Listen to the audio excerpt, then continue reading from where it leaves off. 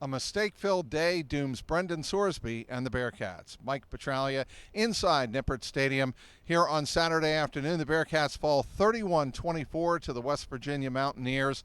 They are now 5-4 overall, and now dead even 3-3 in the Big 12. They are still one game shy of being bowl eligible with 3 games remaining in the regular season. I am joined by Alex Frank, my colleague at clnscincy.com.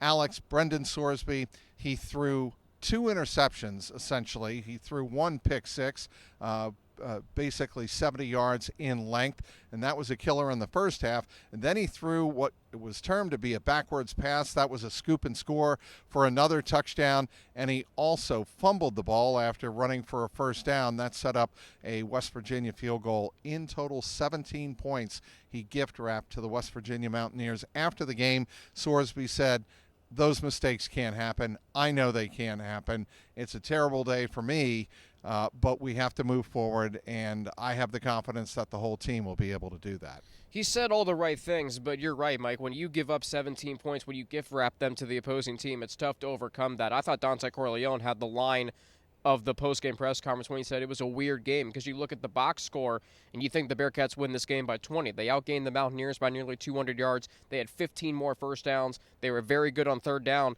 But when you have self-inflicted wounds like the Bearcats had today, especially on your home turf, it's tough to overcome that. And unfortunately for Brendan Sorsby, who, aside from those mistakes, I thought played pretty well today. He had a touchdown pass. He had 2 touchdown runs. But unfortunately, the good did not outweigh his mistakes, and that's why the Bearcats were on the wrong end of today's weird, very tough game here at Nippert Stadium. All right, I thought Corleone also had a great comment, Alex, after the game. He said, "This is not all on Brendan Sorsby. It looks like it is with, the 17 points that resulted from his turnovers and his mistakes. But it could be very well said that it's also on Dante Corleone," speaking in his best third person. He said, "If I make a stop in the middle of the defensive line, if I play better, if I make a play, maybe they don't score that third touchdown that made it 24-7. You like hearing that accountability, and Dante's absolutely right. And that touchdown, you and I were talking about it. West Virginia converted 2 third downs on that drive. 2 third downs. One of them was on a 50-yard. It was a beautiful pass by their quarterback, but third down from inside the 10-yard line, and you let the West Virginia quarterback go straight up the middle through the heart of the defense. That can't happen. And so if you get a stop there, it might be 20-7, excuse me. And then the Bearcats still have a puncher's chance, but you can always – it's not all on the quarterback, as Dante Corleone said, and I like that accountability because there were plays in this game that the Bearcats did not make on defense. And I thought it was interesting, Scott Satterfield said this in his post-game press conference, in 21 games that he has been the head coach of here in Cincinnati, the Bearcats don't have either a defensive score or a special team score. West Virginia had 2 today, and unfortunately, that was the difference. All right, the Bearcats now have to think about getting still one more win to become bowl eligible, which, look, that would be a major accomplishment for a program that went 3-9 overall last year, won just 1 game in their inaugural Big 12 season. They have road games at Iowa State, at Kansas State before finishing here at Nippert with TCU the Saturday after Thanksgiving.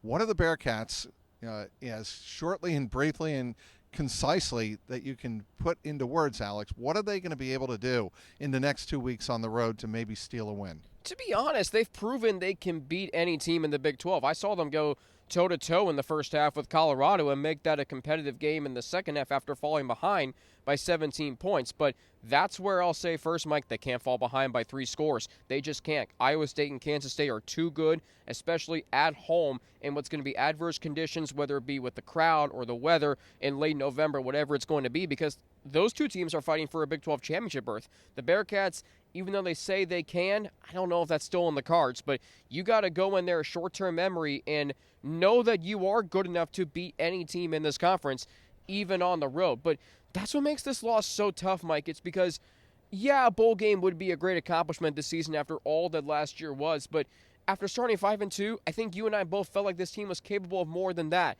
And that's why this loss today hurts, because if you're sitting at 6-3, life's good. And let's be honest, 5-4 is a lot better than 2-7 last year, but it just felt like a missed opportunity today here. Now you got to go on the road and face 2 very difficult teams.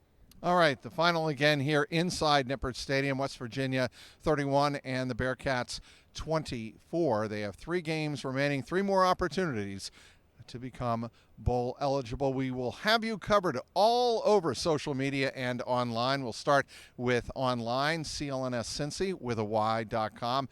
We'll have you covered from inside the locker room, get you up to date on what Coach Scott Satterfield and some of the select players had to say, including Brendan Sorsby. And as we mentioned earlier, Dante Corleone. Follow me on the X, and that's at Trags, Trags. How do they follow you, Alex Frank? Yeah, they follow me on Twitter, or X, as you say, at Frankie_Natty with 2 N's with an underscore in the middle of Frankie and Natty. That's where they can follow me on Twitter. All right, and for all of the video, you can certainly go to the CLNS Cincy YouTube page, and that's youtube.com/@Cincinnati Sports Studio. All right, the final again, the Bearcats fall short 31-24. For Alex Frank, I'm Mike Petraglia, CLNS Media.